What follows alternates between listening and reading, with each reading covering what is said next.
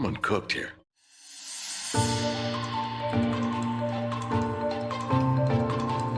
It would seem I've been put to task in discovering the mystery behind what's really happening in Septimont. A monumental task. The mastermind behind this will be tricky to deal with.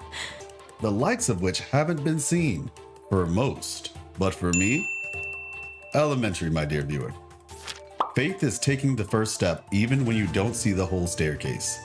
Martin Luther King Jr. First, let's take inventory of what we know so far.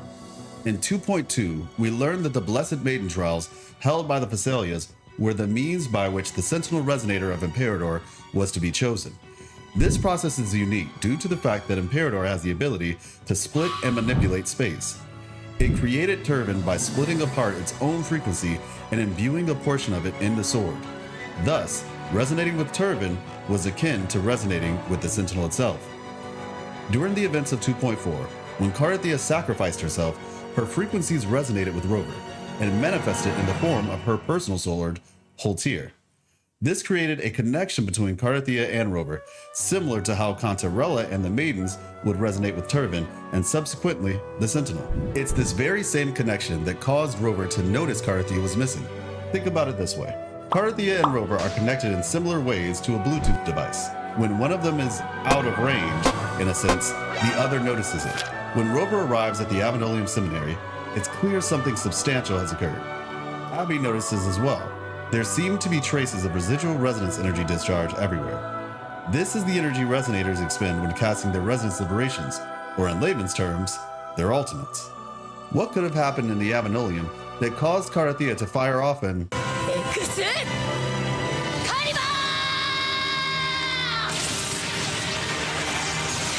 in the seminary before departing? Anyway, Abby helps us identify the direction the energy traces went, but claims they are messy and unsteady. We notify Cantarella of the situation and get briefed on the state of Septimont before heading out. She informs us that they are a faithless people who don't revere the Sentinel as a deity. They value strength and hate weakness. I don't see any potential negatives to that line of thinking at all. On our way to Septimont, Abby expresses discomfort, claiming, "My heart's racing like crazy." And is never seen again. Just kidding. Maybe. So upon touching down at Septimont, we resonate with Holtir to locate Carathea, and so, thus the beginning of the mystery and subsequently, the fiction commences. Throughout this fiction, we see Rover and Carathea's point of view multiple times. But what I found interesting is that they can't directly communicate, causing them to have to rely on and have faith in one another. Additionally, their fictions seem to be portrayed in different ways.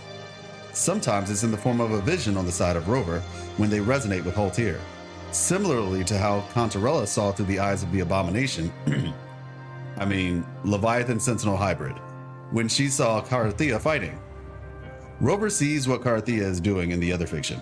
However, these occurrences don't seem to be exactly chronological, due to the fact we saw what seemed like the beginning and the end of her journey in their vision, but then saw the middle afterward. In the vision, we see Carathea resonate with the gladiator statue that she ends up using in her pursuit to break the incubator. Likewise, Rover follows suit.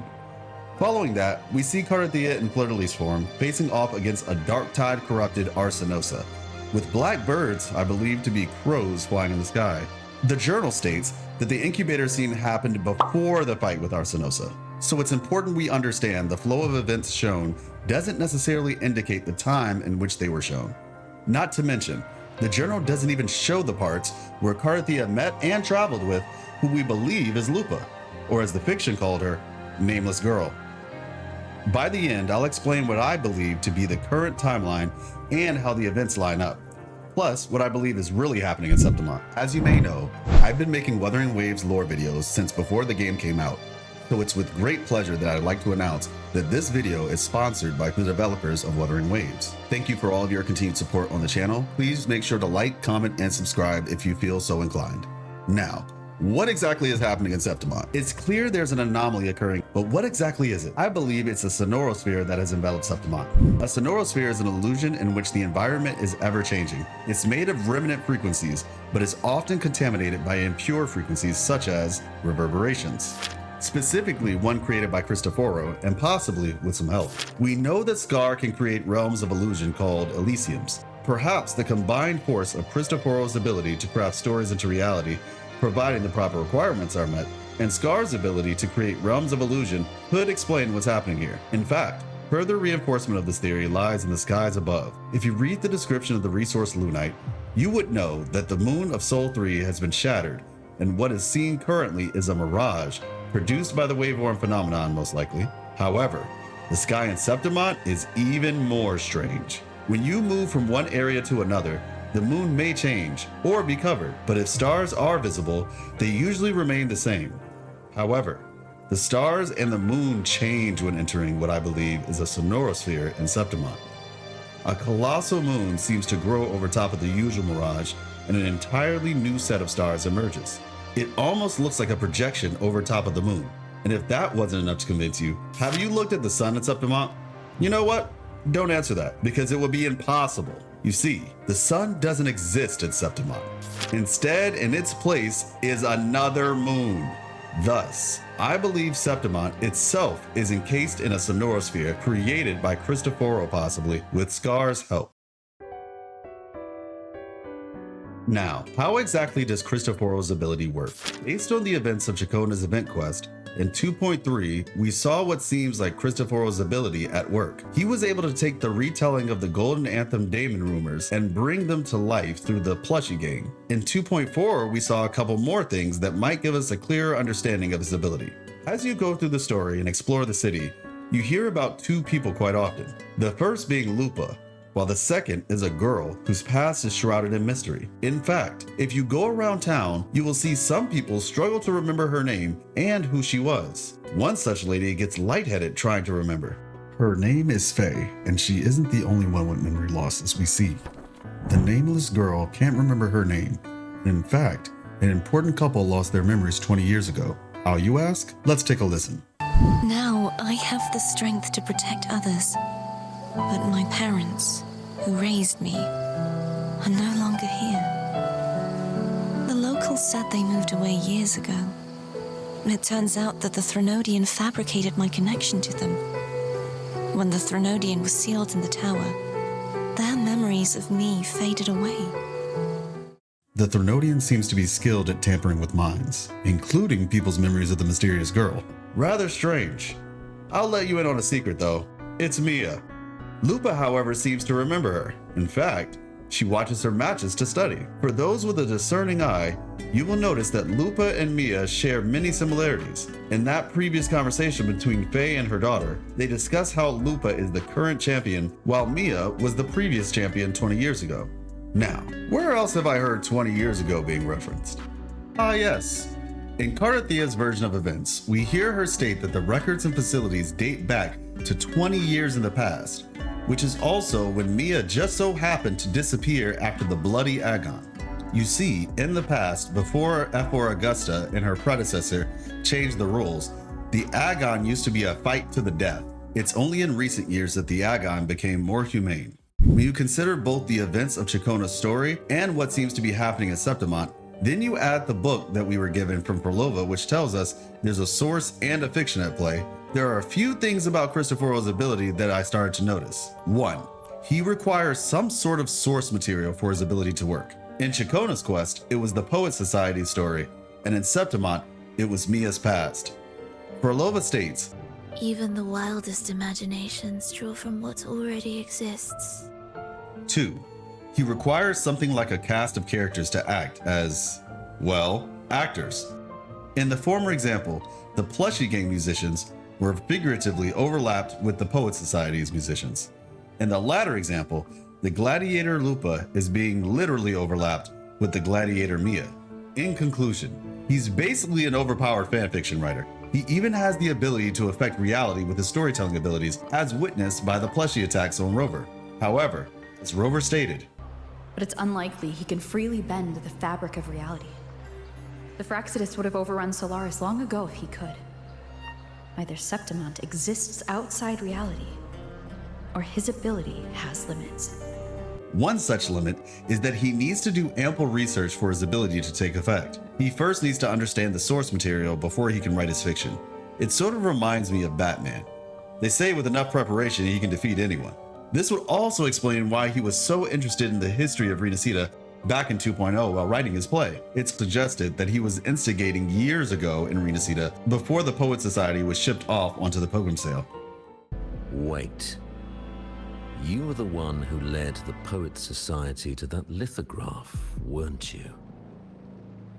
I've heard whispers of your presence at Whisperwind Haven around that time.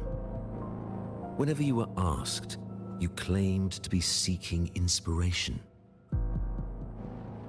Why are you doing this? So the trade-off to have such a strong ability at least requires a considerable amount of time. Now, what if I told you Lupa isn't just the main character, but also the glue holding this entire play together? If you notice, Lupa seems to be present in all three versions of the fiction. Even when Rover and Carathea are not there, she remains as a constant. Whenever something happens, it's rarely for its own sake. There's a master plan at work, and I believe we are only seeing the tip of the iceberg. I mentioned in my previous video that the Threnodian had planned to find a new host, and the plan B looks like it lied in Septimont. But how does all this come together, you might ask? Well, you might remember that the Threnodians feed on negative frequencies and emotions from humans. Well, I can think of few better places to do so than Septimont 20 years ago during the Bloody Agon and shortly after the Dark Tide.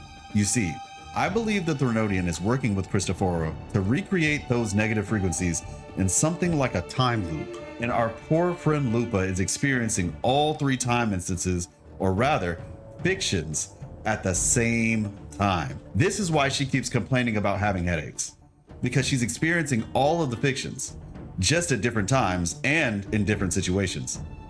It's like different chapters in a book. Chapter 1 is her dealing with the anomaly alone. Chapter 2 is the fiction where Carathea arrives to help, and Chapter 3 is the fiction where Rover arrives to help. However, the chapters don't seem to have the same timeline. The timeline of Chapter 1 is unknown, while the timeline of Chapter 2 seems to be right before the first Dark Tide hit 20 years ago. Lupa is here though, which proves it to be a mere fiction rather than reality, as she wouldn't have been here or at least be the same age otherwise. You also notice no one else is there, further proving this fiction is there to serve a purpose more so than it is to reflect reality. Finally, Rover's fiction seems to take place in present day, but with the twist that it's 3 days before the Dark Tide strikes. So what's the point? I believe it's essentially an infinite money glitch used to farm the negative frequencies of what looks like Lupa overclocking, as well as a Dark Tide covered Septimont. It will use these frequencies to get stronger and eventually regain enough strength to take over its new host. However, for this to happen, Christoforo needed a proper host as his main character to replicate the events of 20 years ago. This is why Lupa is so integral to his plan. Herein lies the dilemma. With limited information, Rover has to have faith in Carathea, while struggling to trust Rolova's words, while trying to trust Lupa won't snap at any moment. This is why Frolova attempted to bait Rover into removing Lupa from the situation entirely. Without a main character or protagonist, the play would fall apart. However, as is common with Rover, they decide to find another way to solve the issue that doesn't involve sacrificing those they hold dear. But deep down, you already knew the best solution. It was one you couldn't accept. Such was the case with Shorekeeper and Carathea, for example. In order to solve the situation, Rover will have to sacrifice control over it and place trust in their allies to work together. Faith is taking the first step even when you don't see the whole staircase. Carathea has displayed faith in Rover, and Rover has to do the same. So what's really happening here? Is this all fiction? Is Lupa even real? Is the Septimont we see even the real Septimont? And most importantly, what's going on with Abby? For the answers to these questions and more, be sure to check out my next video where we do a comprehensive dive of the entirety of 2.4 and speculate what the future holds.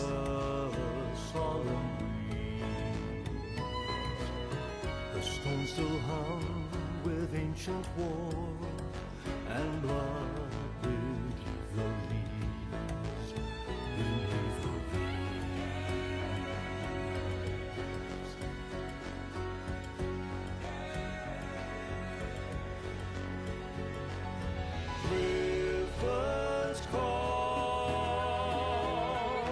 banners go. Glory arms beyond the cross you lead.